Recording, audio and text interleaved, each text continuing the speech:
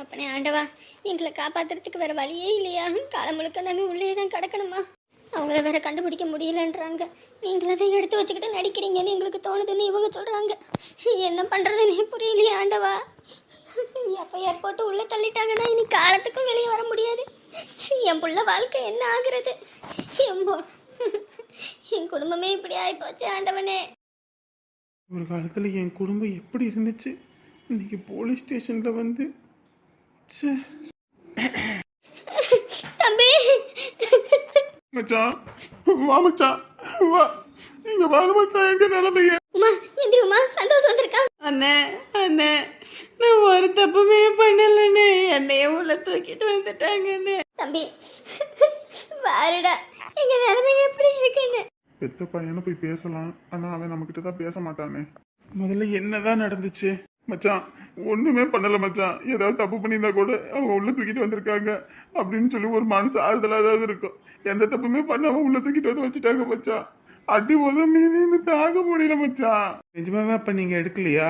இல்ல மச்சான், எடுத்திருந்ததை எடுத்தோன்னு சொல்ல மாட்டோமா? உண்மையாலே எடுக்கல மச்சான். எடுத்ததுல இருந்து என் வீட்டுக்குள்ள விட்டது அந்த விச பாம்பு, அந்த விச சண்டை தான் மச்சான் எல்லா வேலைக்கும் காரணம். அது சொன்னீங்களா இல்லையா? சொன்னேன் மச்சான், ஆனா நம்ப மாட்டேங்கிறாங்க மச்சான். அதை சொன்னா அவங்களையும் நீ ஏதாவது பண்ணிருப்ப அப்படின்னு சொல்றாங்க மச்சான். சரி சரி, ஒன்னும் ஃபீல் பண்ணாதீங்க, நான் தான் வந்துட்டேல, பாத்துக்கிறேன். அண்ணே அண்ணே, சொல்லு என்ன விஷயம்? அண்ணே நீ மாமா ஆகிட்டண்ணே. என்னம்மா சொல்ற? ஆமாண்ணே, நீ மாமா ஆகிட்ட. இப்போ நான் முழுகாம இருக்கேன்னே. இந்த நேரத்தில் என் குடும்பம் எல்லாத்தையும் உதறி தள்ளிட்டு வேற வந்துட்டேனே. உங்களுக்கெல்லாம் நான் என்ன சொல்றதுன்னு தெரியல. எது சொன்னாலும் உங்க மண்டைக்கு ஏறாதுன்னு வேணா தெரியும். இப்போ ஒரு மாதிரி இருப்பீங்க, வெளியே வந்தோன்னு இன்னொரு மாதிரி இருப்பீங்க. இல்லை மச்சான், இல்லை மச்சான், இத்தனை வருஷத்துல உன்னை என்னைக்காவது மச்சான்னு கூப்பிட்டுருக்கேனா? இந்த நிமிஷம் இப்போ உன்னை மச்சான்னு கூப்பிடுறேன். இதுல இருந்தே புரிஞ்சுக்க வேணாமா மச்சான்? மன்னிச்சிடு மச்சான். மலையேற போனாலும் மச்சான் தானே வேணும், மச்சானை பகச்சிக்க கூடாது அப்படின்னு இவ ஆயிரம் சொன்னா. ஆனா நான் தான் கேட்கவே இல்லை. காசு இருக்குன்னு கண்ணா அப்படின்னு நடந்துக்கிட்டேன். அதுக்கெல்லாம் சேர்த்து கடவுள் நல்லா கூலி கொடுத்துட்டான் மச்சான். அது மட்டும் இல்லை மச்சான், என் புள்ள வயசுக்கு வந்தப்ப கூட உன்னை சீர் செய்யக்கூடாதுன்னு என் அக்கா இல்லை அது விச செடியை வீட்டுக்குள்ள வளர்த்து எல்லாமே பண்ணினேன் மச்சான். மொத்தமா என் குடும்பத்தையே அழிச்சிருச்சு மச்சான். இப்ப பாரு மச்சான், பிள்ளையாக விட்டு 2 பேர் இப்படி அனாத கணக்கா இருக்கும். என் பிள்ளை அங்க அனாத கணக்கா இருக்கு மச்சான். எஃப்ஐஆர் வேற போட போறாங்களா மச்சான்? இனி காலத்துக்குமே நாங்க வெளியே வர முடியாத விஷயம் நடந்திருக்கு. எனக்கு இன்ஃபார்ம் பண்ணியிருந்திருக்கலாம்ல. யாரை கேட்க என்ன பண்ண எனக்கு ஒண்ணுமே புரியல மச்சான். அது மட்டும் இல்லை மச்சான், என் கூட படித்தவங்க, என் கூட ஃப்ரெண்டாக இருந்தவங்க அப்படின்னு அத்தனை பேத்துக்கிட்டே உன் அக்கா அடைக்கலம் கேட்டு போயிருக்கா பிள்ளையோட. ஒருத்தனை வீட்டுக்குள்ளே விட மாட்டேன்னு சொல்லிட்டா மச்சான். அப்போ தான் புரிஞ்சுக்கிட்டேன், கஷ்டத்து நேரத்தில் நமக்கு மனுஷங்க தயவு தான் தேவை, காசு பணம் இல்லைன்னு. காசு பணம் இருந்தும் என்னை இப்படி பண்ணிட்டாங்க மச்சான். உண்மையான உறவு கிடைக்கிறது மிகப்பெரிய வரன்னு புரிஞ்சுக்கிட்டேன் மச்சான். ஒரு நாள் கூட நான் மன்னிச்சதும் கிடையாது, உன்னை மதிச்சதும் கிடையாது. உன் குடும்பத்தை அப்படி ஆட்டி படைச்சு அதுக்கெல்லாம் சேர்த்து தெய்வம் நல்லா கூலி கொடுத்துருச்சு மச்சான்.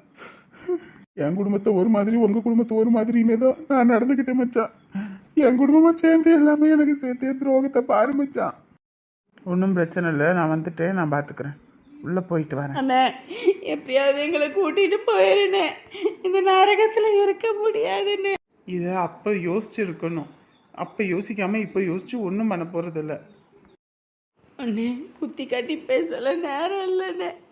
இந்த பிள்ளைக்கு என் புருஷன்தான் அப்பான்னு நான் உலகத்துக்கு சொல்லணுன்னே.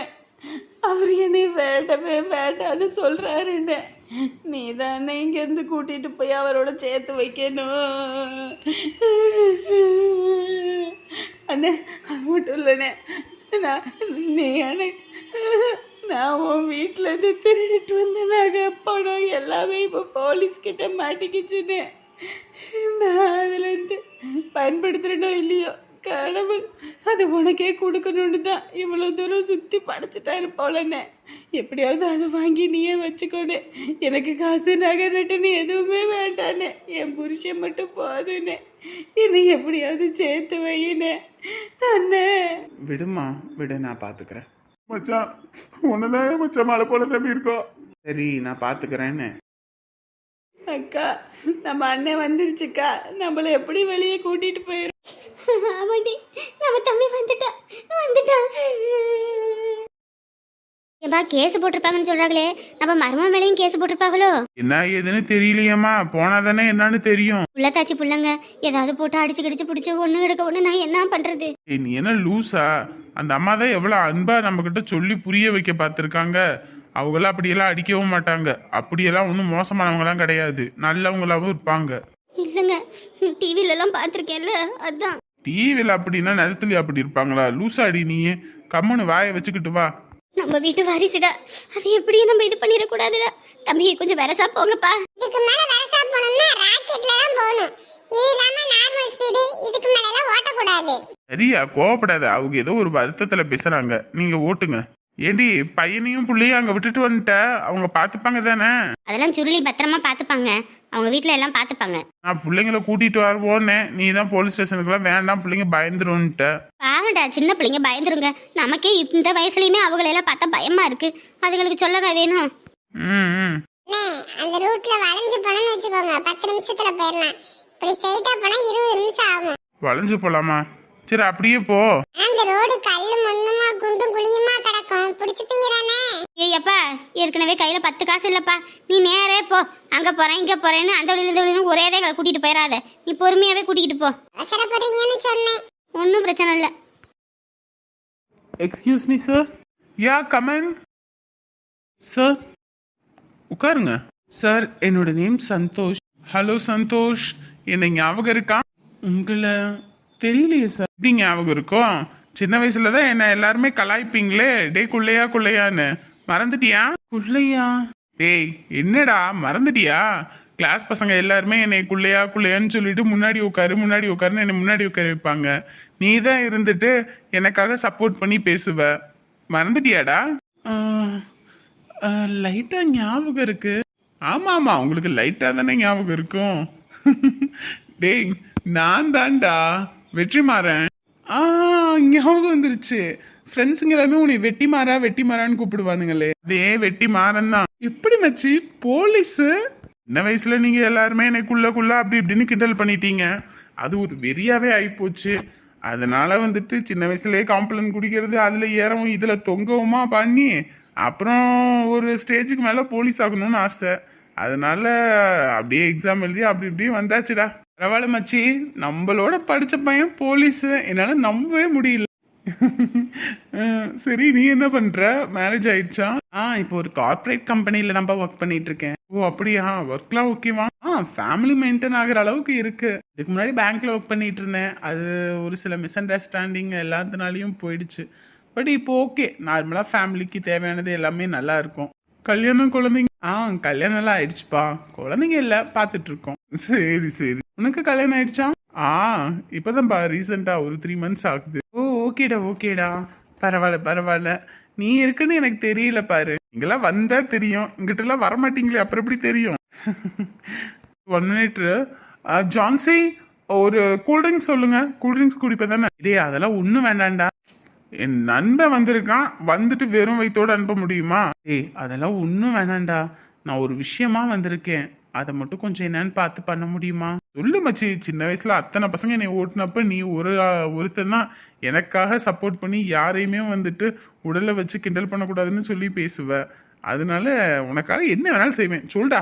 மச்சி, இங்க ஒரு நகை திருட்டு கேஸ்ல வந்திருக்காங்க பத்தியா? ஆமா, ஒரு ஃபினான்ஸ்காரன் அவன் குடும்பத்தோட நகையெல்லாம் காலி பண்ணிட்டு போயிருக்கானே, அவனா? ஆமாம்பா, அது வேற யாரும் இல்ல, என் அக்கா வீட்டுக்காரு தான். என்னடா சொல்ற? நீ எவ்வளோ பெரிய நல்லவன், அவங்க என்ன அவங்க குடும்பமா? என்னால் நம்பவே முடியலையே. என்னடா பண்றது, ஃபேமிலி விட்டு கொடுக்க முடியாத ஒரு சூழ்நிலை. எனக்குமே தெரியல, நான் வெளியூர்ல இருந்தேன், நான் நியூஸ் பார்த்துட்டு தான் வந்தேன், என்கிட்ட கூட ஒரு வார்த்தை சொல்லவும் இல்லை. ஓ சரி. சின்ன வயசுல நான் நல்லா படிக்கணுன்றதுக்காக எல்லாம் கஷ்டப்பட்டாங்க, ஆனால் இன்னைக்கு இவங்கெல்லாம் கஷ்டப்படுறாங்க, நான் நல்லா இருக்கேன் போது மனசுக்கு ரொம்ப சங்கடமாக போச்சுடா.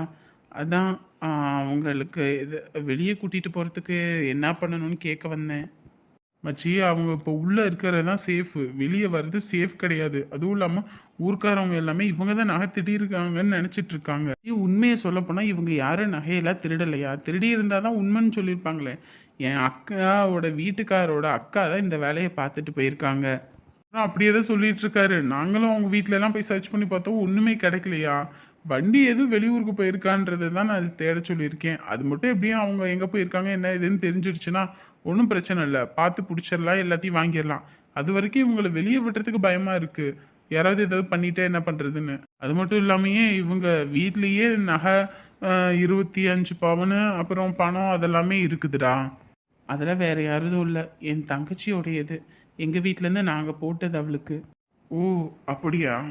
இதெல்லாம் இருக்கவும் சரி, இவங்க தான் இந்த வேலையை பார்த்துருப்பாங்களோன்னு நினச்சிட்டு தான் நாங்கள் அப்படி நினச்சிட்டோம். என் அன்பன்ற காரணத்துக்காகலாம் நான் உங்ககிட்ட ஹெல்ப் கேட்கணுன்னு வரலடா. இந்த ரீசன் வந்துட்டு எனக்கு என்ன பண்ணுறதுனே தெரியல. ஃபேமிலி மொத்தமாக இருக்குது. சின்ன தங்கச்சி வேற ப்ரெக்னெண்ட்டாக இருக்காளாமா. அவங்க வீட்டில் கடை எரிஞ்சு போய் பல பிரச்சனைடா. எனக்கு இது எதுவுமே தெரியாமல் இத்தனை நாள் இருந்துட்டேன். அதான் இப்போ வந்திருக்கேன், ஏதோ கொஞ்சம் பார்த்து ஹெல்ப் பண்ணு. உனக்காக நான் பண்ண மாட்டேனா? கண்டிப்பாக பண்ணுறேன், ஓகேவா? வெளியே ரைட்டர் இருப்பாங்க, அவங்கக்கிட்ட மொத்தமாக என்னென்ன டீட்டெயில்ஸ்னு முதல்ல எழுதி தர சொல்லு. அதுவும் இல்லாமல் நாங்களுமே அந்த லேடியை விசாரிக்க சொல்லியிருக்கோம். அவங்க ஃபோட்டோஸ், அவங்க ஃபேமிலி ஃபோட்டோஸ் எல்லாமே மொத்தமாக எல்லா ஸ்டேஷனுக்குமே நான் கொடுத்துருக்கேன். இப்படியும் நாங்கள் கண்டுபிடிச்சிருவோம். கண்டுபிடிச்சிட்டோன்னா ஒன்றும் பிரச்சனை இல்லை, நாங்கள் பார்த்துக்கிறோம். ஒரு சின்ன உதவி இல்லை, இது எனக்கு மிகப்பெரிய உதவி. ஃபேமிலி எல்லாத்தையுமே இப்படி பார்க்க ரொம்ப சங்கட்டமாக இருக்குது. கொஞ்சம் பார்த்து ஏதாவது பண்ணி. அதெல்லாம் கவலையே படாத, நான் எல்லாம் ஏற்பாடு பண்ணுறேன், சரியா? நான் மேல் இடத்துலையும் பேசிக்கிறேன். ஆ ஓகேடா. ஜான்சி, அந்த ஃபேமிலி இங்கே வர சொல்லுங்க. இங்கே பாருங்க, சந்தோஷ் என்னோட ஃப்ரெண்டு. அந்த ஒரு காரணத்துக்காக தான் உங்களை வெளியே விடுறேன். ஆனால் உங்கள் அக்கா எங்கே இருக்காங்க என்ன ஏதுன்னு தேட சொல்லியிருக்கோம். அவங்க மட்டும் கிடைச்சா அவங்கக்கிட்ட எல்லா பணமும் நகையும் வந்துருச்சுன்னா பிரச்சனை இல்லை. மறுபடியும் அவங்க நகை பணம் எதுவுமே கிடைக்கல, நீங்கள் தான் எடுத்தீங்கன்னு தெரிஞ்சுதுன்னா மொத்த பேத்தையும் உள்ளே தூக்கி வச்சு லாடம் கட்டி போடுவேன் சொல்லிட்டேன். இல்லைங்க, நிஜமாவே நாங்கள் எடுக்கலங்க. அங்கே ரைட்டர் இருப்பாங்க, அவங்கக்கிட்ட கையெழுத்து போட்டுட்டு கிளம்புங்க. இந்த ஊரை விட்டு யாரும் எங்கேயும் போகக்கூடாது, ஃபோனை ஸ்விட்ச் ஆஃப் பண்ணக்கூடாது. எங்கிட்டாவது போனீங்கன்னு எனக்கு தெரிஞ்சது மொத்த கும்பலையும் தூக்கிட்டு வந்து உள்ளே வச்சு லாடம் கட்டி போடுவேன் சொல்லிட்டேன். அது மட்டும் இல்லாமல் உங்கள் வீட்டுக்கு வெளியே போலீஸ் எப்பயுமே இருப்பாங்க. ஊர் பொதுமக்களால் உங்களுக்கு எந்த பாதிப்பும் வராது. ஆனால் ஒரே ஒரு விஷயம்தான், அந்த நகை பணம் கிடைக்கிற வரைக்கும் தான் இந்த பாதுகாப்பு. கிடைக்காத பட்சத்தில் மறுபடியும் உள்ளே தூக்கிட்டு வந்து போட்டுருவோம். சரிடா.